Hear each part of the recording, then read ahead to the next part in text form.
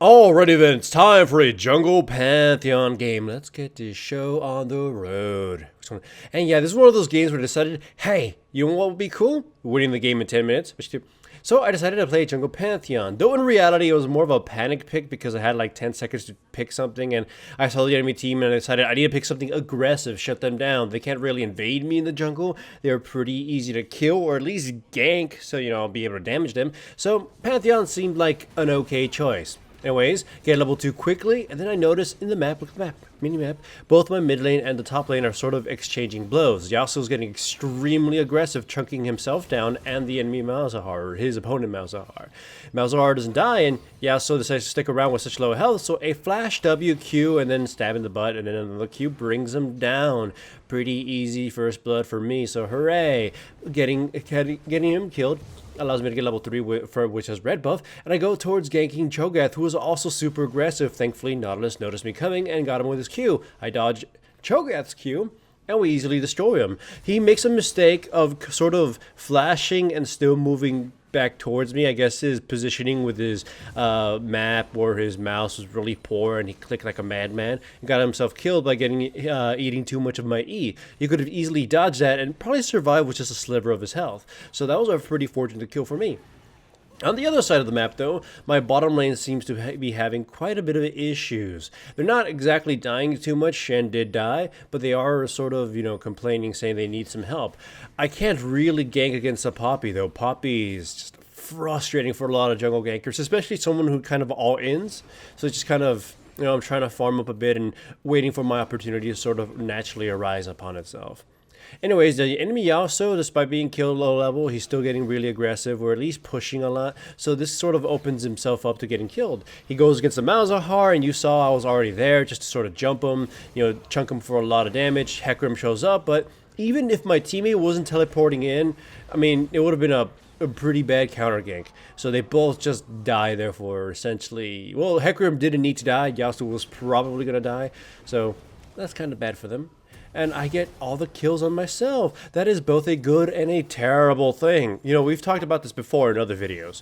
Sure, having a lot of kills on someone who can annihilate opponents is pretty damn good, but if the enemy composition is built to sort of mitigate some of their power, aka there's a Poppy in this game, that's kind of bad. It doesn't matter how many kills I have. If Poppy plays her cards right, she just kind of nullifies a lot of me. So essentially, it's like I didn't get any kills.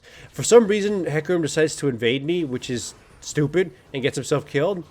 If you're Hecarim, you shouldn't be invading people, especially someone who, if they catch you, will probably destroy you. So easy killing the Hecarim. Cho'Gath got aggressive against my Nautilus teammate, so did Yasuo, but thankfully I was there with my ultimate, and my mid lane teammate bounced up too, so it became a 2-for-1. Nautilus sort of, I think, died by an ignite, I don't really know.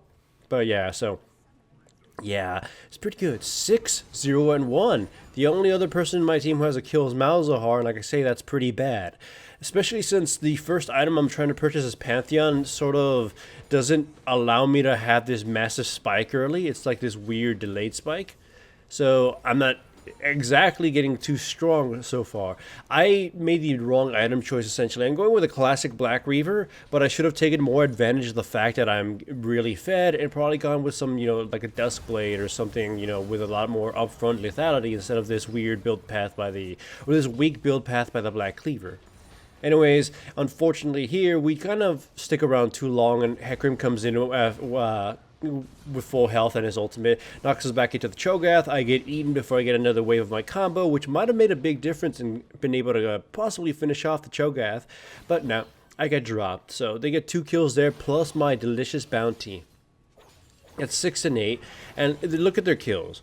Yeah, their kills are a way better spread. Hecarim would want some kills on himself for sure, but at the very least, he could become some kind of like ult bot, just ult in, hopefully cause some disarray and some minor damage without, since he's not super fed.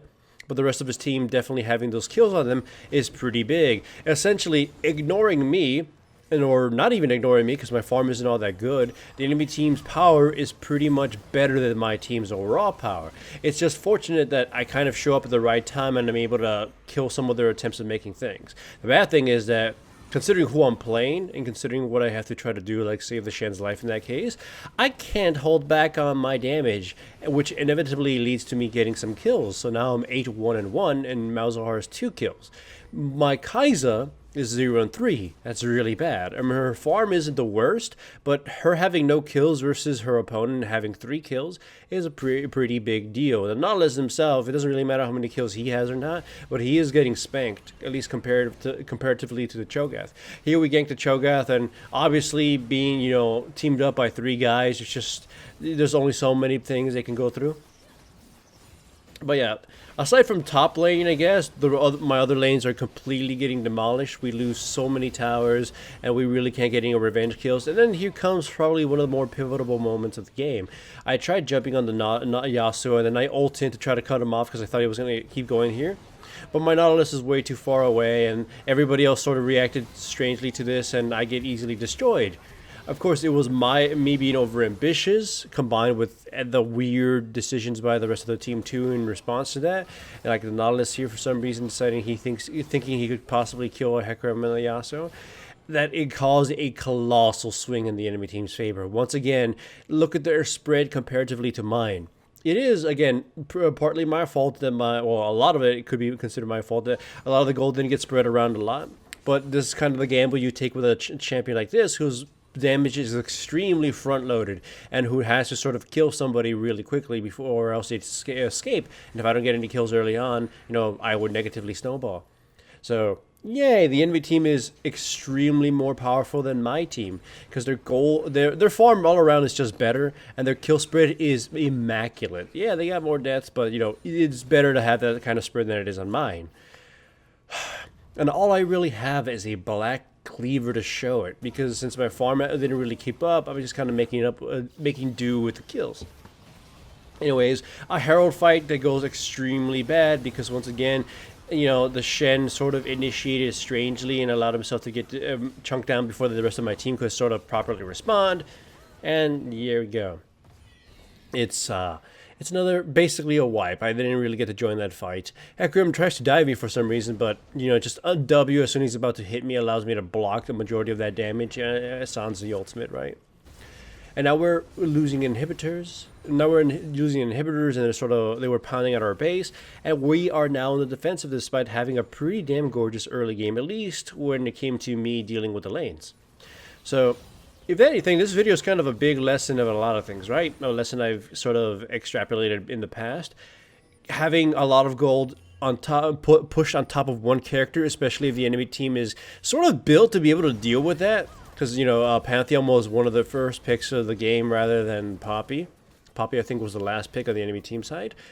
Can really mess your whole strategy up, or mess whatever the hell you did, or any advantage you had in the beginning of the game.